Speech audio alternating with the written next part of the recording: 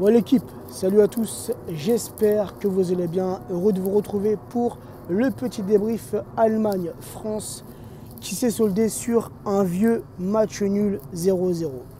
C'était le premier match comptant pour la Ligue des Nations, une nouvelle compétition qui a été mise en place par l'UEFA pour remplacer tous les matchs amicaux, tous les matchs sans enjeu qu'il peut y avoir entre la Coupe du Monde et le championnat d'Europe. Les gars, dans ce débrief, on ne va pas être trop dur, on ne va pas être trop sévère envers nos bleus.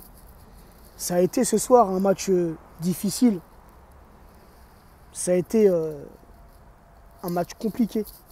On a vu des Français qui ont eu du mal à installer leur jeu, des Français qui ont eu du mal à se trouver sur le terrain, et les gars, ça peut se comprendre.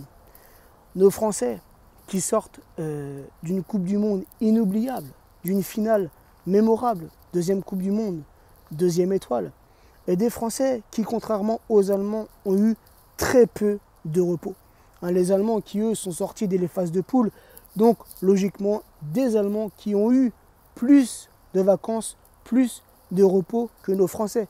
Car nos Français, après le 15 juillet, les gars, sont partis en vacances, mais ont eu quoi? Quelques semaines avant le mois d'août et la reprise avec leurs clubs respectifs. Et les gars, ça s'est senti ce soir sur le terrain. Nos Français qui, à la fin du match, étaient, pour la majorité, claqués. Hormis Tolisso, hormis Dembélé, hormis Fekir qui sont rentrés à 10-15 minutes de la fin. Mais tout le reste, les gars, les Mbappé, Matuidi qui était carbonisé. Matuidi, le mec qui a 10 poumons, il était mort sur le terrain. Kanté, foutu à la fin du match, les gars. Donc, vraiment, les gars, la différence de repos, c'est ressenti ce soir sur le terrain. Mais hormis ça, les gars, on a affronté ce soir une belle équipe d'Allemagne. Eux qui ont foiré leur Coupe du Monde. Mais les gars, les Allemands restent une des meilleures équipes au monde. Revenons, les gars, sur la compo française, le 4-2-3-1.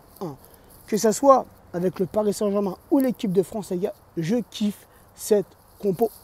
Et cette compo qui a plutôt bien marché lors de la Coupe du Monde. Les gars, Areola qui fêtait ce soir sa première sélection. Et quel match! Quel match d'Areola! C'est jamais facile, les gars. Une première sélection, surtout pour un gardien. Première sélection dans un match à enjeu. Première sélection, en plus de ça, face aux Allemands. Et les gars, Areola qui ce soir a répondu présent, qui a fait le match parfait. Et j'espère qu'avec ce match-là, Areola deviendra le futur numéro 1 de l'équipe de France. Car on sait très bien que Lloris n'est plus tout jeune, que Mandanda n'est plus tout jeune et que c'était pour eux deux certainement leur dernière Coupe du Monde, les gars. Et avec le match de ce soir, Areola mérite d'être le futur numéro 1 de l'équipe de France.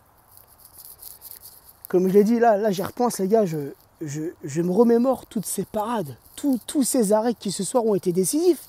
Les Allemands qui se sont montrés dangereux, les Allemands qui ont dominé ce match. Areola, les gars, a répondu présent. Magnifique. Magnifique. Et en tant que supporter parisien, tu ne peux qu'être satisfait d'avoir eu un Areola de ce niveau ce soir. Alors, je ne vais pas m'éterniser, les gars, sur Areola. Passons à la défense française. Pavard, latéral droit. Hernandez, latéral gauche. Et la charnière, Umtiti associé à Varane. Le milieu de terrain français, Kanté associé à Pogba. Et l'attaque française, Griezmann dans ce rôle de numéro 10. Matuidi, ailier gauche. Mbappé, ailier droit. Et Giroud en pointe. Il y a vraiment ce soir, les gars, 4 joueurs qui, pour moi, sortent du lot. T'as Areola, t'as Hernandez, les gars. Hernandez, on l'a découvert pendant la Coupe du Monde, tout comme Pavard. Hernandez, moi avant, je ne le connaissais pas trop avant la Coupe du Monde. Alors déjà qu'à la Coupe du Monde, Hernandez m'avait tapé dans l'œil. Mais alors ce soir, les gars, Hernandez joue avec une de ses grintas de fou. Il a l'envie, le mec, sur le terrain. Il mouille le maillot. Et Hernandez, il est aussi fort défensivement qu'offensivement. Donc les gars, ça ne m'étonnerait même pas qu'Hernandez prenne à coup sûr cette place de titulaire en bleu à la place de Mendy. Ensuite, les gars, tu as N'Golo Kanté. Lui qui a fait qui a fait une très belle Coupe du Monde, qui pour moi a été le meilleur joueur français dans cette Coupe du Monde. Et ce soir, les gars, encore une fois, un énorme N'Golo Kanté. Toujours présent dans la défense, toujours présent pour prêter main forte à ses coéquipiers, toujours aussi propre dans ses interventions et toujours aussi bon dans ses relances. Et ensuite, les gars, le quatrième joueur français qui pour moi a fait un très bon match ce soir, les gars, c'est Mbappé. Alors oui, Mbappé qui s'est un peu éteint vers la fin du match, mais Mbappé, les gars, toujours aussi présent offensivement. Mbappé qui nous a encore une fois régalé avec ses gestes techniques et avec sa rapidité. Et deux joueurs qui m'ont déçu ce soir, qui ont été clairement en dessous de leur niveau. Tu as Giroud qui a été nullissime.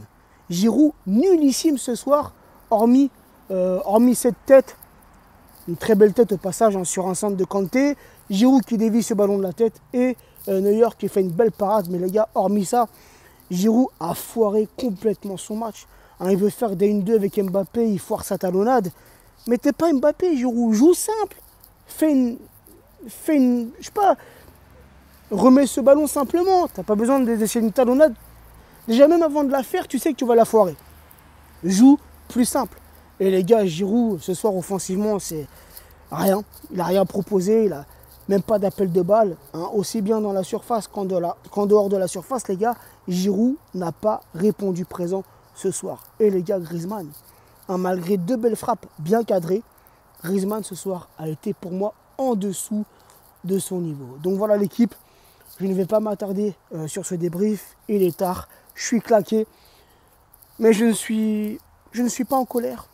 Peut-être que certains vont être remontés envers nos bleus, mais moi les gars, je vais faire preuve d'indulgence. C'était le premier match après la Coupe du Monde et les gars, c'est toujours difficile de se remettre dans une compétition. Donc les gars, faisons preuve d'indulgence et croyons en nos bleus.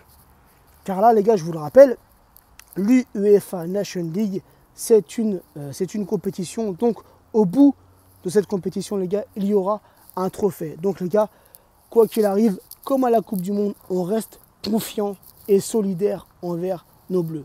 Bonne soirée à tous, prenez soin de vous et à très vite.